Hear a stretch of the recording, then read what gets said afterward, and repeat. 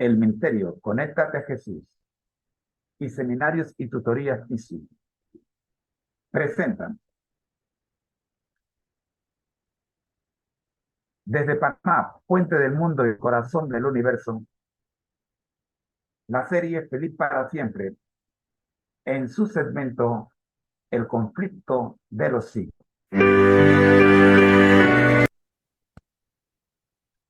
A continuación, escucharemos el tema número 3.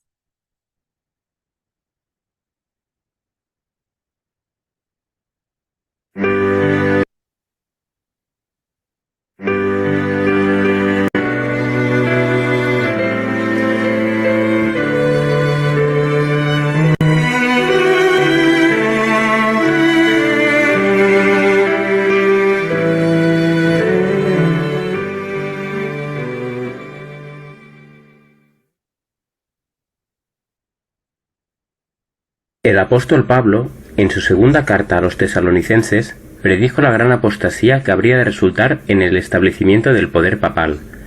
Declaró respecto a la segunda venida de Cristo: «No vendrá sin que antes venga la apostasía, y se manifieste el hombre de pecado, el hijo de perdición, el cual se opone y se levanta contra todo lo que se llama Dios, o es objeto de culto, tanto que se siente en el templo de Dios como Dios, haciéndose pasar por Dios, porque ya está en acción el misterio de iniquidad». Ya en aquella época, Pablo veía entrar a la Iglesia errores que prepararían el camino para el desarrollo del papado. Subrepticiamente, y después con más descaro, el misterio de iniquidad hizo progresar la obra engañosa y blasfema. Las costumbres del paganismo fueron penetrando en la Iglesia cristiana. Habiendo cesado la persecución y habiendo penetrado el cristianismo en las cortes y los palacios de los reyes, la Iglesia dejó a un lado la humilde sencillez de Cristo por la pompa y el orgullo de los sacerdotes y gobernantes paganos, y sustituyó los requerimientos de Dios por las teorías y tradiciones de los hombres. La conversión nominal de Constantino al cristianismo a principios del siglo IV hizo que el mundo se introdujera en la Iglesia. Con esta maniobra parecía que el paganismo había sido vencido, sin embargo vino a ser vencedor. Sus doctrinas, ceremonias y supersticiones se incorporaron a la fe y al culto de los que profesaban ser seguidores de Cristo. Esta unión entre paganismo y cristianismo dio por resultado el desarrollo del hombre de pecado, predicho en la profecía como poniéndose a Dios y ensalzándose a sí mismo sobre Dios. Este gigante sistema de falsa religión es una obra maestra del poder de Satanás, un monumento de sus esfuerzos por sentarse él en el trono y reinar sobre la tierra según su voluntad. A fin de asegurarse honores y ganancias mundanales, la Iglesia fue inducida a buscar el favor y el apoyo de los grandes de la tierra, y habiendo rechazado a Cristo, fue inducida a rendir pleitesía al representante de Satanás, el obispo de Roma. Al Papa se le ha dado los títulos propios de la deidad, así como Señor Dios del Papa o Vicario Hijo de Dios. A la vez se lo ha declarado infalible. Muchos son hoy los que están dispuestos a rendirle homenaje. La Biblia declara en palabras de Jesús: «Al Señor tu Dios adorarás y a Él solamente servirás». La doctrina de la supremacía papal se opone abiertamente a las enseñanzas de las Escrituras, y es sólo por medio de la usurpación que el Papa puede ejercer autoridad sobre la Iglesia de Cristo.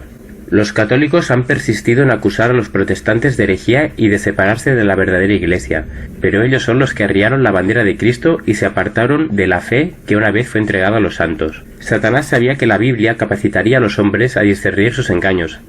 Es así como Cristo venció en el desierto de la tentación con el escudo de la verdad en un escrito está. Para mantener su poder sobre los hombres y establecer la autoridad del usurpador papal, Satanás necesita que los hombres ignoren las Escrituras. Por centenares de años fue prohibida la circulación de la Biblia. No se permitía a la gente que la leyese ni que la tuviese en sus casas, y los sacerdotes y obispos sin principios interpretaban las enseñanzas de la Biblia para sostener sus mentiras. Así fue como el Papa vino a ser reconocido casi universalmente como vicegerente de Dios en la tierra, dotado de autoridad sobre la Iglesia y el Estado. Una vez suprimido lo que descubría el error, Satanás hizo lo que quiso. La profecía había declarado que el papado pensaría cambiar los tiempos y la ley, y para dar a los convertidos del paganismo un sustituto para la adoración de los ídolos, se introdujo gradualmente en el culto cristiano la adoración de imágenes y reliquias. Para completar su obra sacrílega, Roma se atrevió a borrar de la ley de Dios el segundo mandamiento, que prohíbe la adoración de las imágenes. No te harás imagen ni ninguna semejanza de lo que está arriba en el cielo, ni abajo en la tierra, ni en las aguas debajo de la tierra. No te inclinarás a ellas ni las honrarás. Y dividió en dos el 10º mandamiento para conservar la cantidad. Satanás también atentó contra el 4º mandamiento y trató de echar a un lado el antiguo sábado, el día que Dios había bendecido y santificado, para exaltar en su lugar el día festivo observado por los paganos, el venerable día del sol, el domingo. En los primeros siglos, el sábado verdadero había sido guardado por todos los cristianos. Sin embargo, para llamar la atención de los fieles hacia el domingo, este fue declarado día de fiesta en honor a la resurrección de Cristo. Satanás había inducido a los judíos a que recargasen el sábado de leyes absurdas que hacían de su observancia una carga pesada.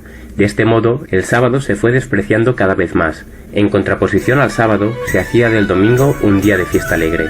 A principios del siglo IV, el emperador Constantino expidió un decreto que hacía del domingo un día de fiesta pública en todo el Imperio Romano. El día del sol fue reverenciado por sus súbditos paganos y honrado por los cristianos.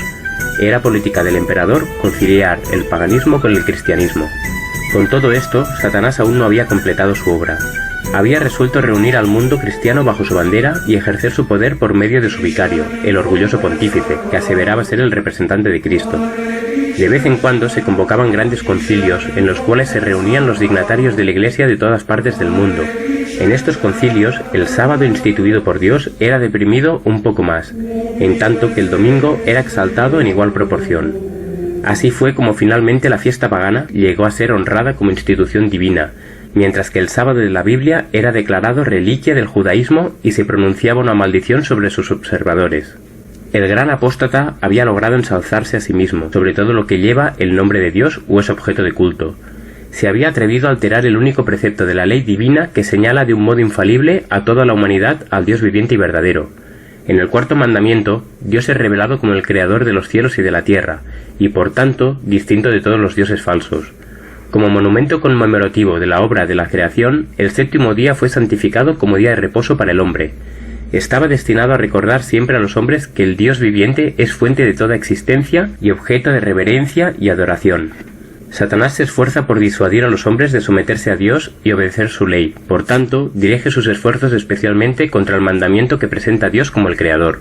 Los protestantes ahora alegan que la resurrección de Cristo en el domingo convirtió a dicho día en el sábado cristiano, pero les falta la evidencia de las Escrituras. Ni Cristo ni sus apóstoles confirieron semejante honor a ese día. La observancia del domingo como institución cristiana tuvo su origen en aquel misterio de iniquidad que había iniciado su obra en los días de Pablo. En el siglo VI, el Papa llegó a establecerse firmemente. Se fijó el asiento de su poder en la ciudad imperial, y el obispo de Roma fue proclamado cabeza de toda la Iglesia. El paganismo había dado lugar al papado. El dragón había dado a la bestia su poder y su trono y grande autoridad. Entonces comenzaron los 1260 años de opresión papal predicha en las profecías de Daniel y el Apocalipsis.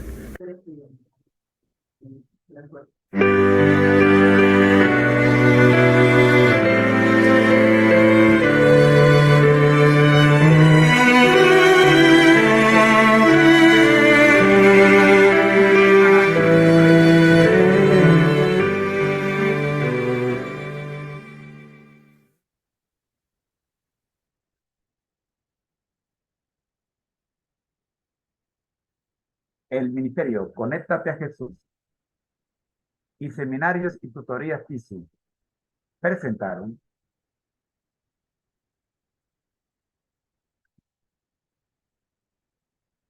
Mente, carácter y desde Panamá, Puente del Mundo y Corazón del Universo, la serie Feliz para Siempre en su segmento El Conflicto de los Siglos. Oremos. Nuestro Dios que estás en el cielo, gracias le damos por permitirnos en este momento dar por concluida la hora del espíritu de profecía. Oramos en el nombre de Jesús. Amén. Ha sido una producción del Ministerio Conéctate a Jesús y el Ministerio Conéctate a Jesús y Seminario y Tutorías TISU. Somos mucho más que cursos y clases privadas. Les esperamos la próxima semana cuando despediremos el sábado con el espíritu de profecía. Recuerden, todos los días estamos estudiando la serie El Conflicto de los Siglos desde las 6 9:30 de la mañana, hora de Panamá. Les esperamos. El Señor les bendiga. Muy, pero muy buenas tardes. Feliz semana.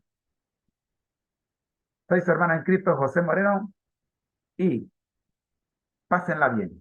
Bendiciones.